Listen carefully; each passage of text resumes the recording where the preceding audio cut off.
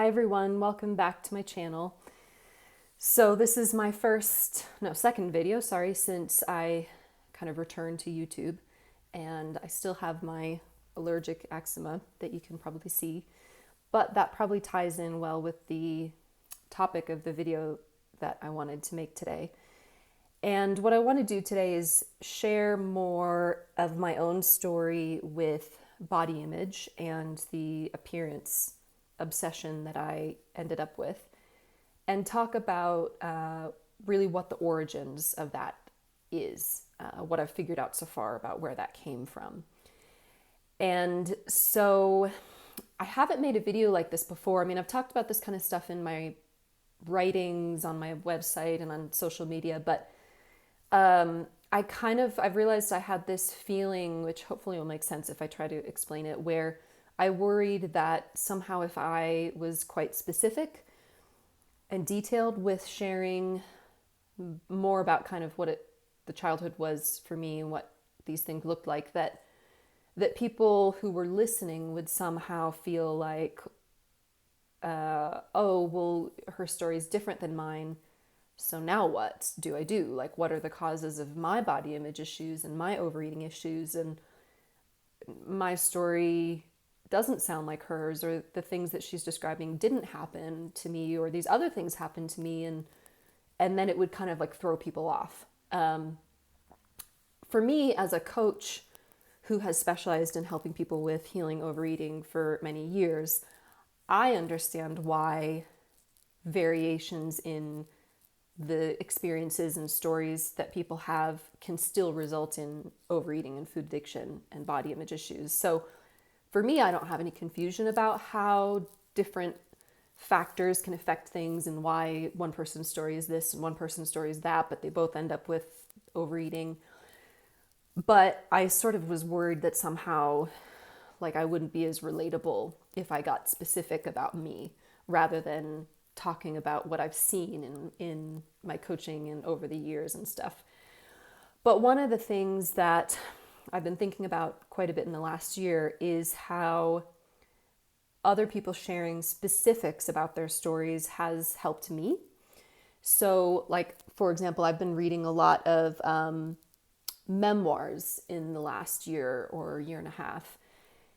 Not necessarily on the topic of body image, although some have been, but on all kinds of topics. And even though everybody's story is different, so their stories are different from mine, and even though sometimes the story is like totally different than my childhood or my upbringing, I still found that there were reflections that I got from it and light bulb moments that I had and realizations that I had from these other people's stories, even if they were different. And even sometimes the differences in the stories, theirs versus mine, or their experience versus mine, would help me have certain light bulb moments too.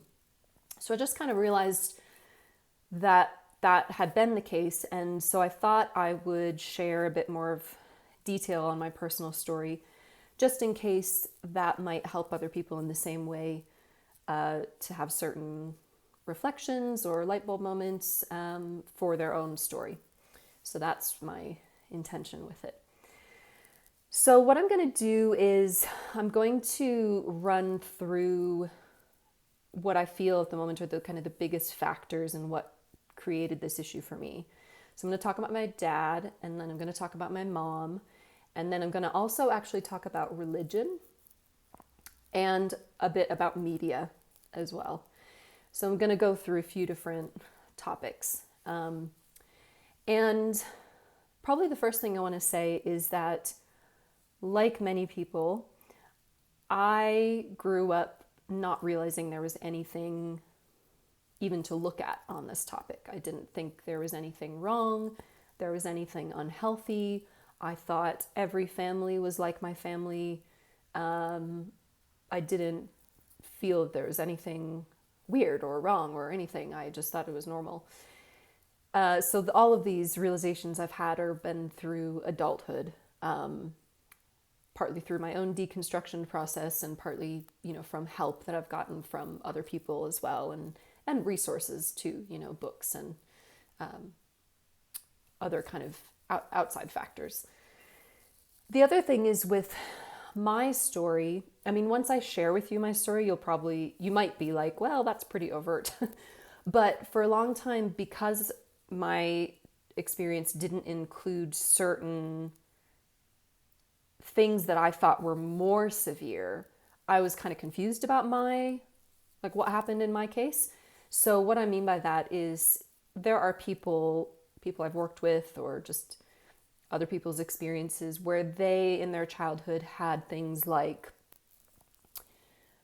the parents fully just like made fun of the child's appearance when they were children. Their parents just fully made fun of them and called them names around their appearance, and were just really like overtly making fun of them and pulling them down. Or things like, having a mom who was like really restricting the child's food and really controlling about it because they were trying to get the child to lose weight, and they're constantly talking about calories and not allowing them to eat food for that reason, putting them on diets, or sending them to weight loss camps, something like that. Weighing them, doing some kind of check-in when they're a child of like weighing them or measuring them, and that type of monitoring type of process. And so because I didn't have those experiences, I thought that my experiences weren't very severe. But what I've learned through my process, and also from my years of working with other people, with clients, is that just because something is more covert, more veiled, more underhanded, more indirect, it doesn't actually mean that the real attitudes and emotions from the parents or from the adults are actually any less severe, or that the damage that comes from that is less. So don't necessarily mistake covert stuff as less damaging or less severe. But I'm going to talk about my parents. So first I'm going to talk about my dad. Although my parents have very similar emotions, they were in agreement on a lot of these things, and it was quite a thing they were on the same page about. But I'm going to kind of break it down a little more between them. So my dad, probably the best way to summarize my dad would be that he is a misogynist and a chauvinist and narcissistic. And so in terms of how his feelings and attitudes about appearance affected me, that's a part of it for my dad. So my dad, and of course I didn't know any of this growing up, I thought he was great, but in reality, what I know now is that my dad really just sees women as resources and objects because of that misogyny. He doesn't see them as people. He doesn't treat them as people. He doesn't respect women. He doesn't admire women. He doesn't want to encourage women. He hates women. And so for me as a little girl, that extended to me because of being female and being a daughter. So in terms of his relationship with me, he didn't ever care about anything else about me. So he didn't, and most of the time I felt like he actually didn't like me. He was quite annoyed by my presence, even though I shrunk my presence quite a lot. But he never seemed to like my personality or my nature, sense of humor. He didn't like my creativity. He didn't sort of see anything about me, and he didn't want to be close. He didn't want to interact with me. He was around. He wasn't an absent father. My parents divorced when I was in my late teens, and then he was not around very much. But before then, if he wasn't working, he was home. But it's just that he didn't notice me. He didn't have an interest in me, and he never talked about my future. He didn't have aspirations for me. He didn't talk about my career, a career wasn't relevant for me. He didn't talk about my future. He didn't talk about education. Like, he didn't really care about any of that. And so from that, I basically learned that all of these other parts of a human and all these other parts of me were completely irrelevant, and he didn't care, acknowledge, see any of that. There was kind of this interesting dynamic in my family where my parents wanted me to, well, all of the children, but including me, they wanted us to like represent the family well as a unit, kind of like help put on this. My parents very much liked feeling like we were the smartest family, the prettiest family, the most godly family, the most accomplished family, the most talented family. Like, they wanted this family-based appearance that we were all really incredible, and they saw anything, any kind of accomplishments or achievements that their kids had as direct reflections of how great of parents they were and how great of people they were. So they really got off on like all the compliments towards the family and all the people saying, "Oh, you've done such a good job with your kids. Look what they're doing." And they loved that. And so my parents did want me to like do well in school and in athletics and stuff and win awards in these areas. But really what I've realized is it's not because they were really like proud of me or wanted joy and these other things from my life or valued these things about me. It was more that they got something from it in how the family was regarded. But what was weird about it is there was never any connection to it. It was never like, "Courtney, you're going to get good grades so that you can have such and such future later on," or "Courtney, you're going to do well in athletics so that it will lead." Like, it was just like this very kind of disconnected, like, just represent the family well for this month, and you just do it and you don't really know why. Especially in my case, it didn't really know why, because there wasn't like a outcome from it other than people giving us compliments as a family. But really, really, my dad did not notice or value any of these things about myself. And he was very focused on appearance.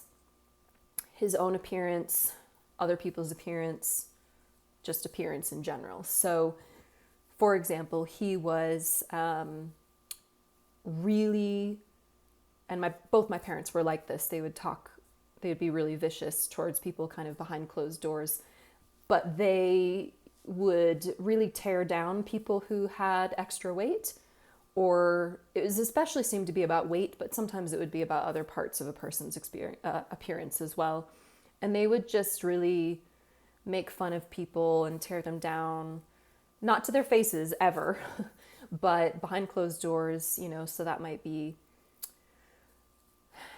I don't know, parents of other kids that we knew from school, or the kids themselves, or teachers, or people at church, or extended family members. It could be anybody, but they would constantly comment about appearance and judge people and make fun of them.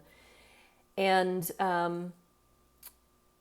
it was like that was the only thing that mattered about a person.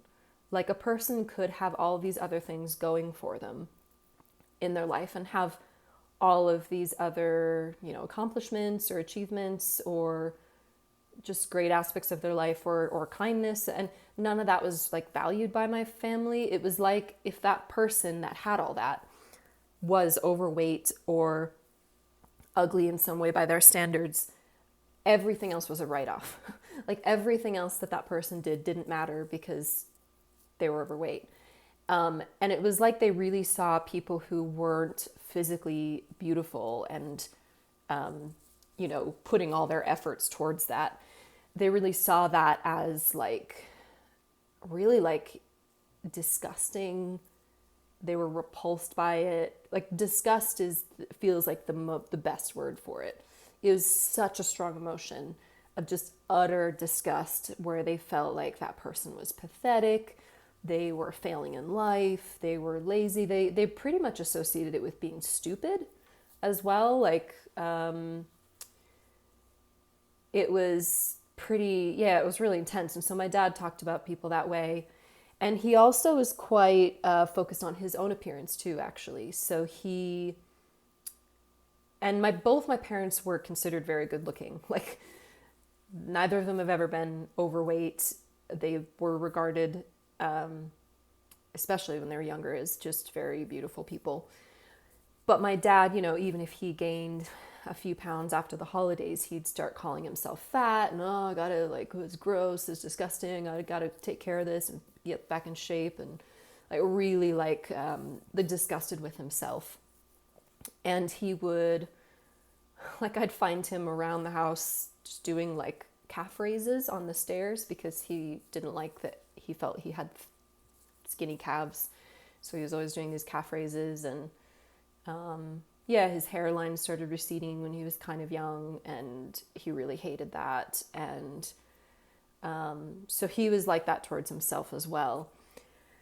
And then with me, I, as a kid, and more so as a preteen, I was never like overweight, but I had, especially by my family's standards, a bit of extra weight. And I was binge eating and overeating, so it was related.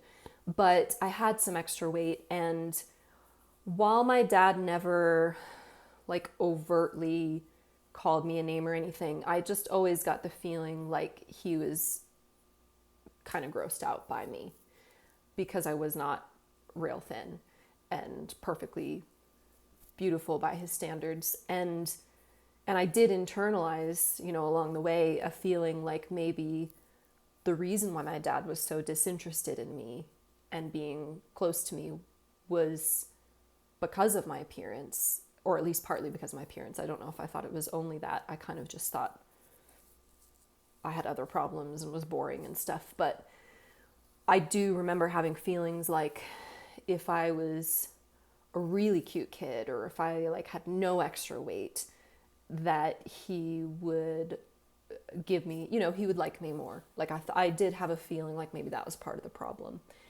And the first time that my dad ever really complimented my appearance was when I was in high school and I had developed borderline anorexia and lost a lot of weight because of that eating disorder.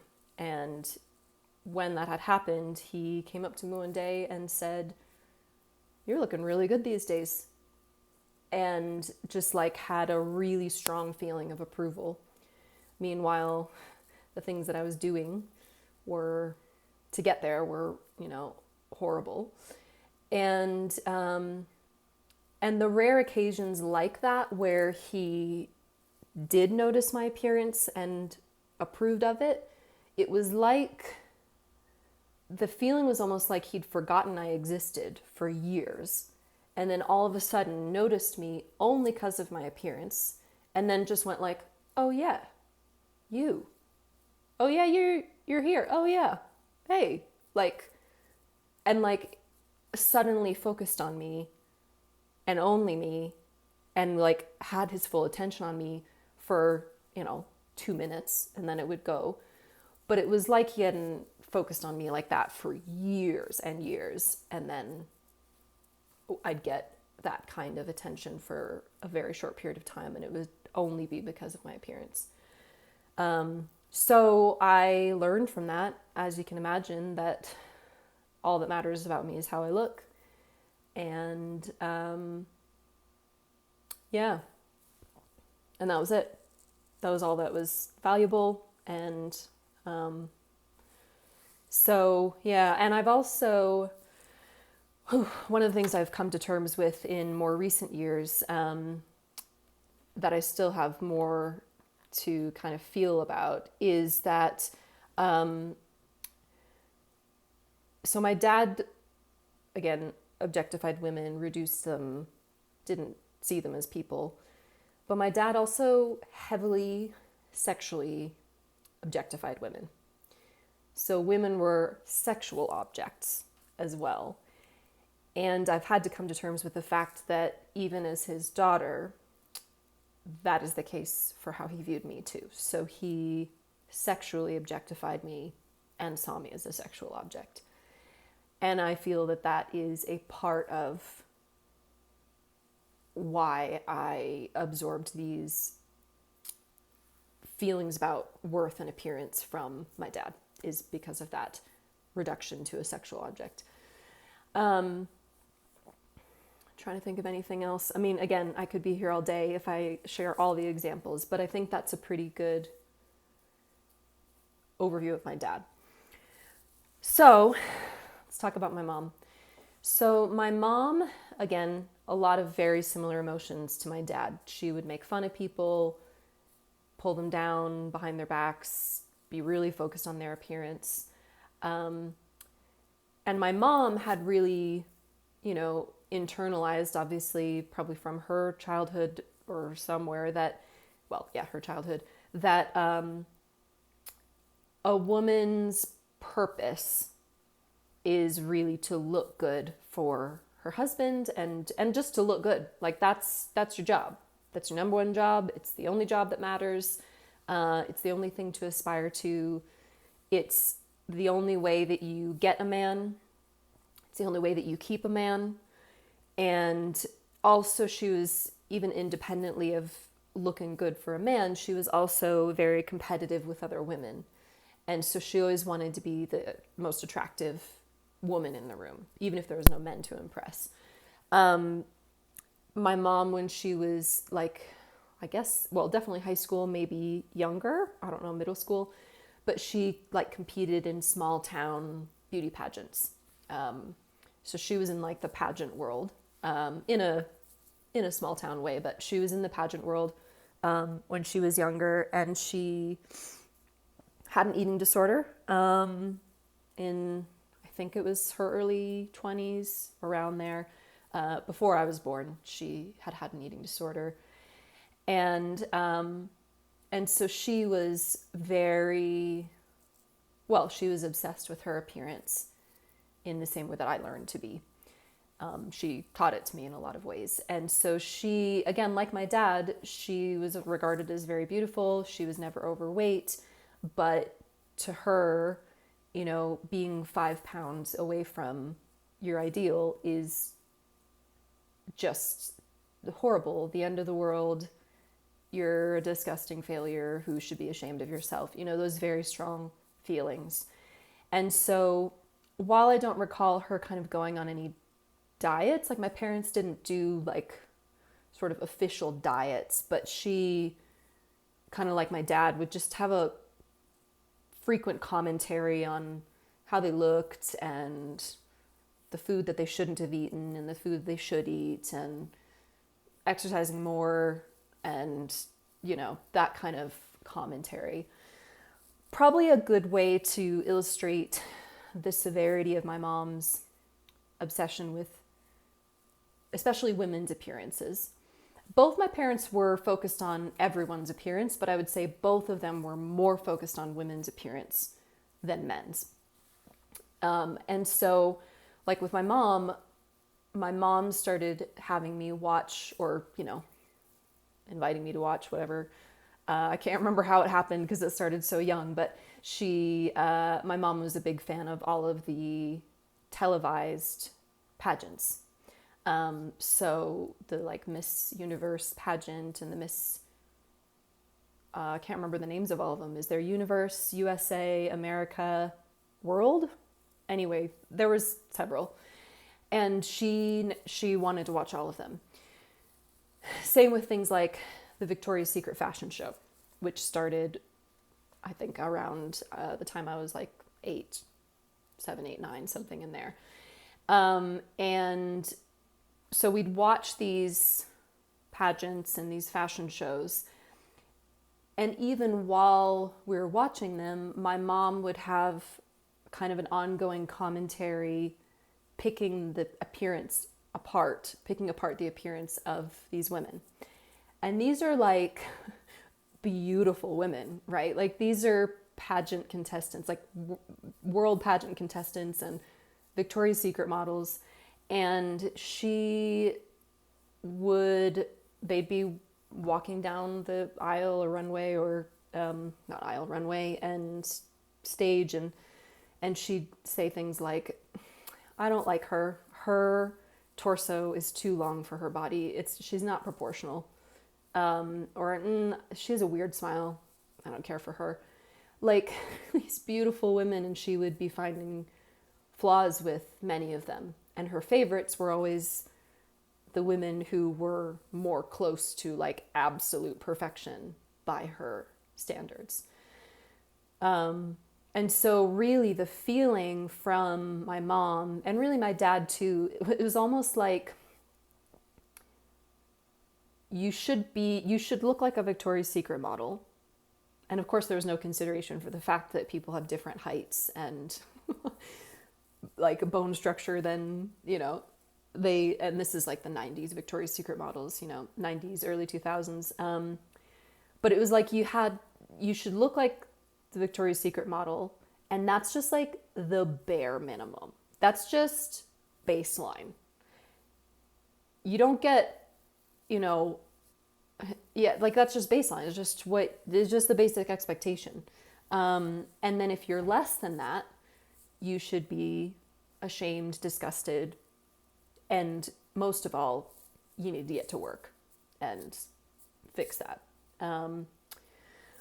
Later on when I was in high school, we watched a show together called The Swan, which was like a plastic surgery show where they would take these women who didn't like how they looked, and they would do like pretty much head to toe plastic surgery on them and just totally change the way they looked and do this before and after. And my mom and I watched that together, and we really, like, as I grew up, we just bonded over everything related to appearance,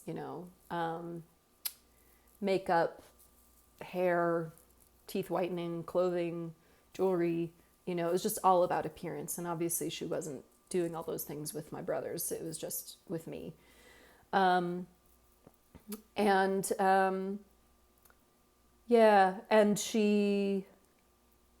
she kind of, like when I got an eating disorder, she was aware of it, but looking back, she wasn't as concerned about it really as she should have been. She was kind of like, oh, do we need to talk about anything? And I was kind of like, no, I'm fine. And that was kind of it. And then even well into kind of my years, because after that restriction period, I went into full binge eating, and I gained a lot of weight over a period of a couple of years. And during that time, it was just normal for me to like constantly check in with my mom about what I was doing to try to lose the weight and what my weigh-in had been. And she was just kind of pretty supportive of that. She'd be like, you can do it. I know you can. I know it'll feel better. And just other things, she had her sayings that she would repeat, like nothing tastes as good as thin feels, and all this kind of stuff. And so, yeah, she was and is very obsessed about appearance as well. So that's probably a good summary of my mom. And then I also wanted to talk actually a bit about religion and how I feel like that contributed to these appearance issues. So I grew up Christian, Methodist. We went to church every Sunday. We were heavily involved in church life. And I feel that there's a factor where my parents, the religion informed their beliefs about what's important about what a woman does, what her worth is about, what she should do, what her job is. And it was really kind of that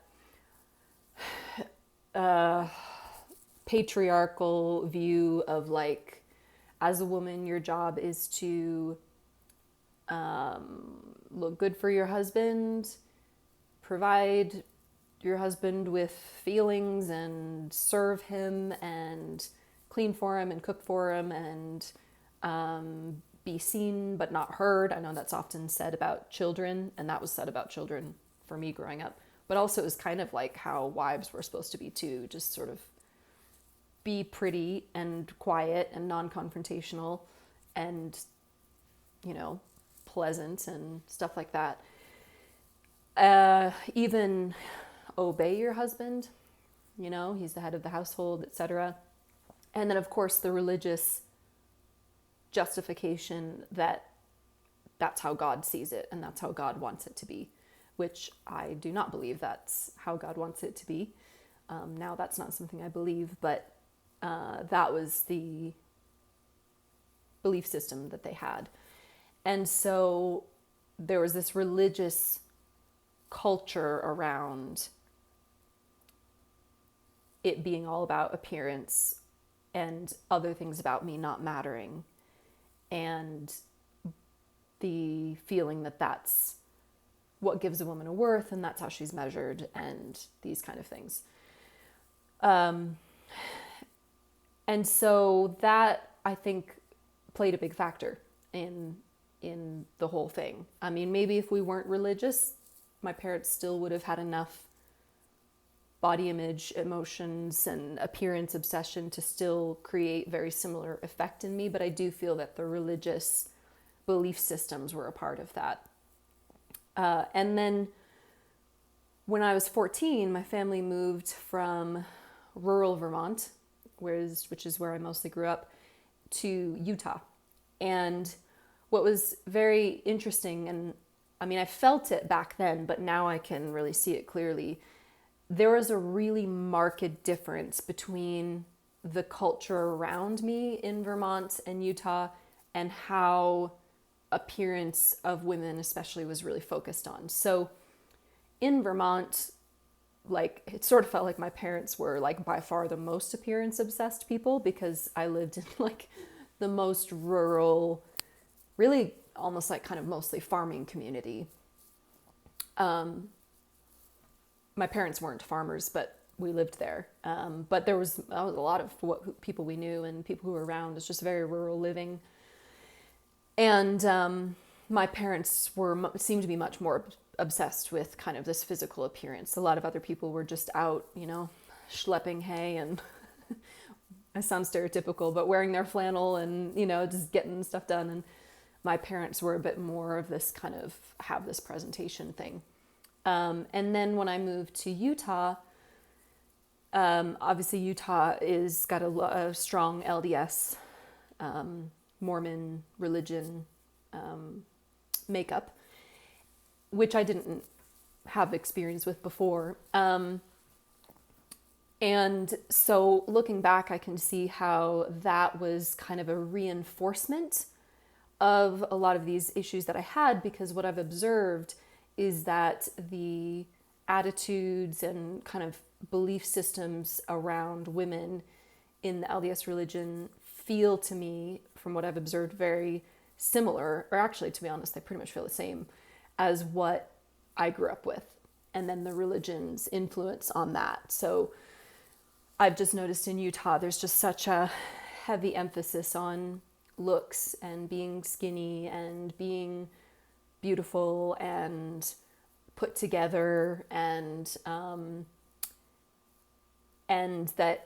that's your job as a woman, that's, and I know that's probably not true for every LDS person, just like wasn't, every Christian person that I knew wasn't like that. But I guess what I mean is just in this really generalized way of this belief that a woman's role is to be a mom, be a wife, look good for her husband, be pleasant and polite and pretty, and then the other aspects of her are not as valued or encouraged or emphasized, and there's not so much like aspiration to necessarily have kind of yeah, just other goals in life. And again, I know I want to be careful about making generalizations, but